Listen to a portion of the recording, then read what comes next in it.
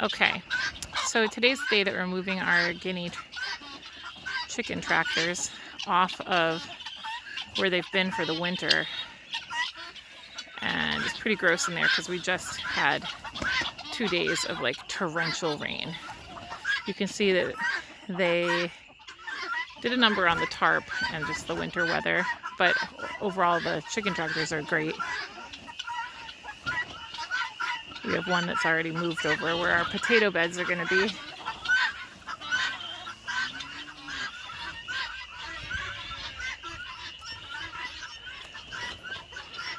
And so we moved our leaf corral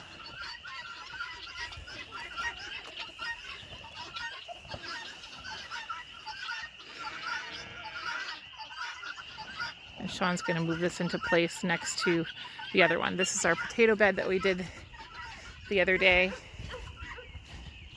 and he top dressed it with a bunch of compost that we had down near our barn. It was all from our milking stall, so our cows are usually in it.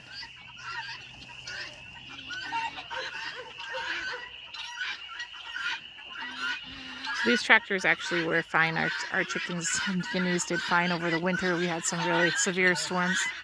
I'm going to go help him move this. Okay, that's moved. So what's the plan here, Handsome?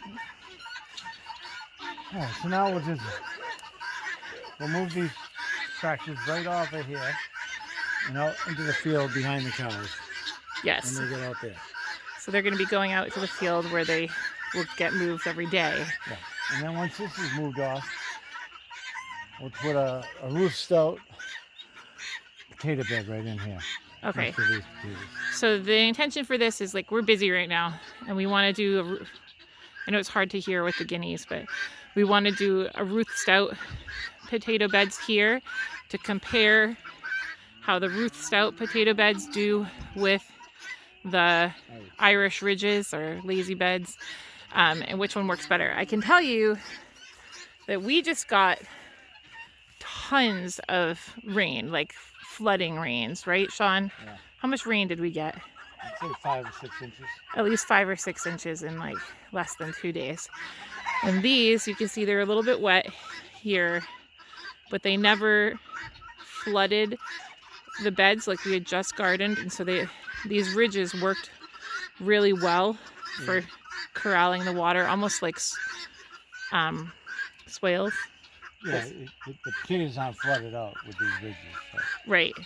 And so we'll see how that works as far as the Ruth Stout beds. So the chickens and the guineas are we'll move them forward every day or two to clear all the grass in this area and fertilize it. And then once they come all the way down to the front, they'll go right out to our front pasture behind our cows next week. We moved our leaf corral over here because it's just easier. These are a bunch of bags of leaves that we collected. It's easier to just pull up the trailer and dump them all in that way, and just aesthetically it's not right in the middle of the garden. And then this is some of our topsoil that we're continuing to add to our garden beds. So normally inside those chicken tractors is really dry, right? Like, so this is not typical. We just got downpoured on so much. So this is what's left over from them being in here for the last few months is through the winter, is we kept bringing in bags of wood shavings. We tried to get the mini flake kind, and we would add that to the shavings that were already there, and just keep doing like a deep litter method. It's not usually ever this wet. This is not typical. And you can see that those wood shavings soaked up and contained all the fertilizer from the chickens and the guineas during all the time that they were here. And we were able to keep them close to the house and keep them contained, make sure that they were safe, and we put an electric net around them, right? So we're going to be using this, we'll leave this composting here for another month or two, and then we'll use it to top dress the raised garden beds over here. right. So that worked out really well. I think next year we'll see, we'll assess it again and see if we want to do the same thing in a different spot. But parking them here and getting them kind of winterized, and we staked them down so that when we got really bad storms, they weren't going anywhere. But this is all, you know, cleared and very nutrient dense now. And you wouldn't want to plant directly in this right now. This is it's too hot. Like you would burn your plants. So you want to let this age for a bit and then use it as a top dressing for fertilizer in your garden. And then by next year, if we wanted to plant in it, then it would be ready. So we may end up doing the same thing and using them again to do some work for us. So our plan here is to do these potatoes. We planted about, how many potatoes did we plant? 90 or so. About 90 potatoes. And then we'll plant more here. And then we'll be adding garden beds in about half of our garden. Sean leveled and put all of our garden beds in, and we're adding these hoops to them. So we planted pretty much these garden beds with garlic and onions, lettuce, spinach, carrots, basically like cold weather crops.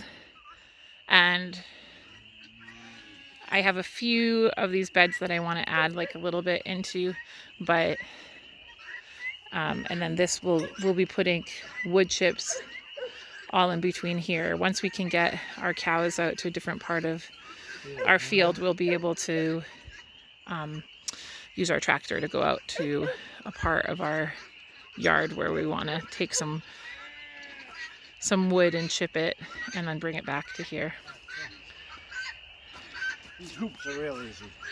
Yes. So can you show me what you use? He's a 1/2 inch rebar. Cut it a foot.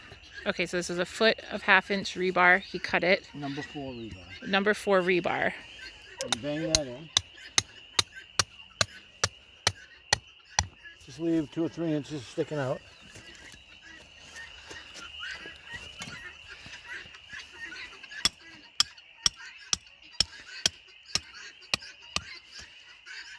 So he does this, and he does it again, and he does it again. 3/4 inch PVC pipe. This is 3/4 inch PVC pipe. And you cut it, right? This was... Well, these were 10 footers. I actually ended up taking a foot off. So They these were too high. 10 footers, but he took a foot off because he thought they were too high. And then you just slip them over the end. And then you'll see, like, so this is what happens. You make a hoop over your garden beds. Now you can do this for the longer ones as well. We could have done something like this over our beds down there if you're going to do like a low tunnel. And then you take your plastic poly and you can put it over and make like a mini greenhouse. And we just kind of stick logs on the end, but you could clip it, or there's other ways to fasten it. It's very warm in there compared to everywhere else. And we did this. It doesn't dry up as fast. That's right. It doesn't. Retains the moisture a lot more. It retains the moisture a lot more, and it doesn't dry up as fast, and it keeps your new plants from washing away. So if we had left this without this, we would have ruined all the work that we did over the last few days. Yeah, it would all washed out. It would have all washed out. And so we didn't have enough poly. It had gotten wrecked from last year. But so we just took what we had and we laid it over the top to keep the things that we planted from washing away in the storm. And that worked well. And something like this can work for like initial germination. But then this works to cover your beds. And then we'll replace this afterwards with a garden fabric to just keep more of the pests out and protect our plants. So that's the plan for now. We still have a lot of garden beds to put in, but we've got some time still. And then this will hopefully all get transformed over the next few months and Look a lot neater. look a lot neater. It looks kind of terrible right now, but this is our hope, is that we will, so our hope is that these garden beds, these are 4x4 foot garden beds. We'll have the walkways will be wood chips, and we'll have another set of them over here. And then in the center of the garden, we'll actually put 2 hugelkultur beds. So on either side with a larger trellis down the middle made out of cattle panels, so you'll be able to walk underneath it, and the whole side of each of the hugel beds will be able to plant trellising plants. And you can also see that with these, you can put, the way we spaced out our walkways so that we, if we wanted to, we could put cattle panels anywhere we wanted between them for archways, so that we would add more vertical growing space. So that'll walk out into our other gardens. And then our last plan for our gardens right now is to actually bring our pigs up to this section where my son wants to plant pumpkins. And we're going to bring our pigs up here, and we're going to move them.